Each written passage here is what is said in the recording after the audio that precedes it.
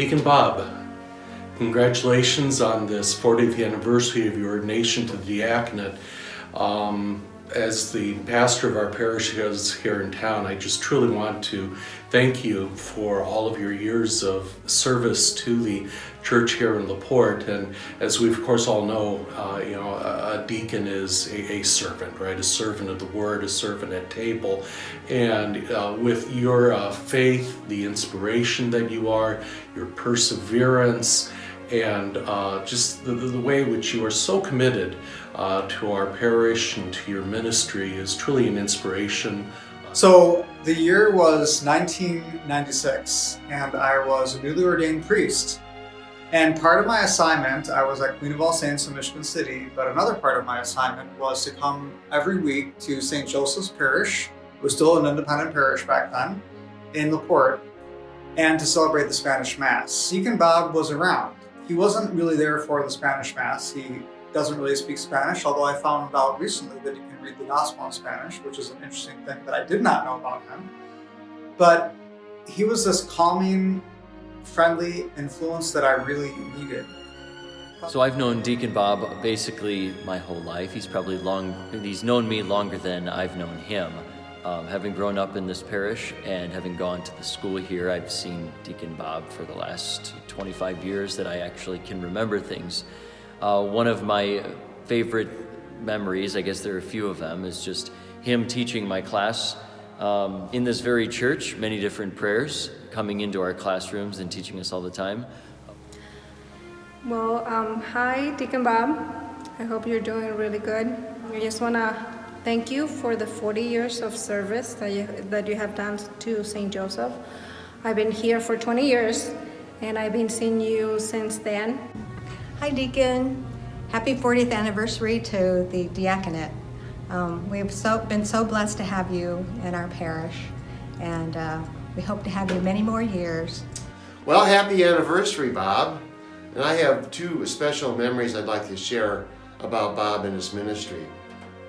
The first is one that came by way of my mom, Frances Zelvinsky.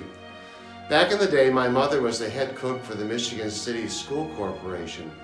And in the 1980s and 90s, she would oversee the menus, the supplies, and the meal preparation for the schools. She ran a tight kitchen. At the same time, Deacon Bob worked for the health department, and part of his role was to inspect the school kitchens. And of course, this included my mom's workspace. Long after she retired, she told me a story that what a dedicated and professional man Deacon Bob was whenever he came to inspect her kitchen. It made a deep impression on her that she never forgot. Dear Deacon Bob, since I have been back to St. Joseph in 2006, I've every Saturday spent with you in the nursing homes. You got me started, you were my mentor, you taught me everything I know. You're the kindest, sweetest, and holiest man I know. You are the second saint at St. Joseph, St. Robert of Buhai. Congratulations, Deacon Bob, on your 40 years. You've been a great example to me and to many that how to really live our faith. Number one, loving Christ with a deep sense, and to go beyond just the Mass and go out into the world. Deacon Bob, I wanted to say congratulations on 40 years in serving our church. What a wonderful thought it is how many children you have baptized, how many people you have married, how many Masses you have served for our church. Hi Bob, this is Deacon Chris from St. Pete's. In case, we haven't seen each other in a long time because of COVID, but congratulations on your 40th year. Whenever I see you, I think of my father too, since the two of you were in class together, and that's always a blessing to me. Just thanks for always being there for me, especially when we go to the cathedral or someplace that we have to vest up and do something special. I figure I don't know what I'm doing, so I just team up with you and I just follow your lead. So hopefully you've led me the right way all these years, at least for the 10 years that I've been a deacon. My second memory happened about 8 years ago when my brother-in-law was dying from cancer. He was not much of a churchgoer, but he was baptized and raised in the Catholic faith.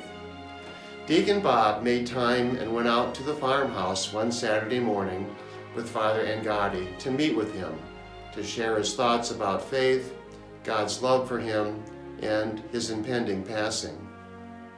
About a month later, my brother-in-law died, but I am still grateful to Deacon Bob for taking that time to be with him near the end of his life.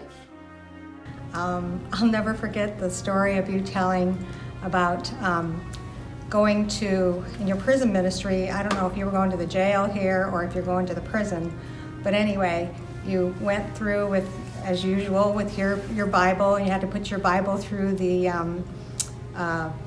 X-ray machine or whatever that machine is.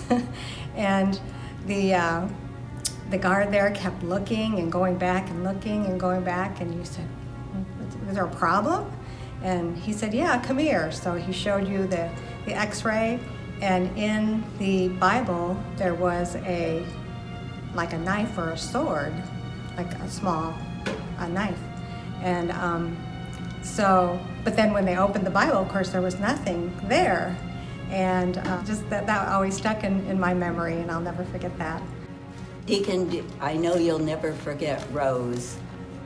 And I just can remember at every communion service, Rose would say, "Oh, how handsome you are, Father. You're so handsome." And Deacon, you'd always say, "I'm not a priest, I'm a deacon." "Oh, Father, you're so handsome." So that's it. Just thanks for always being there for the people. And we need to give a shout out to Sharon, your wife, and your family also, because as you know, sometimes we're called to do things that are unscheduled, and we need to go out and take care of others rather than we have to put our family aside sometimes. And so thank you to them, and God bless them. But thanks for all you do for our community. One of the things that I remember more recently that impressed me a lot is when you read the gospel in Spanish. That night, it was like I was really surprised, well, not surprised, but I was really happy, and I was really, you gave me a lesson, and I was really happy for you. I don't know if Father Bill put you on the spot or not, but it was really great listening to the gospel that you read. And I just want to thank you for everything that you have done. I know you don't speak the language, but you have been involved in all the Hispanic things. And I really want to thank you for that. And I hope that you last for another 40 years with us. So thank you for being our deacon here at St. Joe. And so, my friend, I am so thankful, and I thank God for knowing you and your wife and all the years that you have served. And I hope to have many more opportunities to serve with you. Take care, my friend. Deacon Bob, you are truly an inspiration to all of us and an instrument of God's presence by your life, your example, and your ministry. I want to thank you and congratulate you on 40 years of service to God's people, and wish you His continued blessings and graces for whatever lies ahead. I love you and know that you will stay in my thoughts and prayers on this very special day. Thank you. Also, the resilience of Deacon Bob. You have really been incredibly resilient, even in the face of difficulties, and keep coming back to church here. So kudos to you. The Lord is strong in your life, and the fact that you show up early, hour early at least, to the masses that we have to pray with the Lord is a testament to your faith. So many more years to you, Deacon Bob, and God bless you.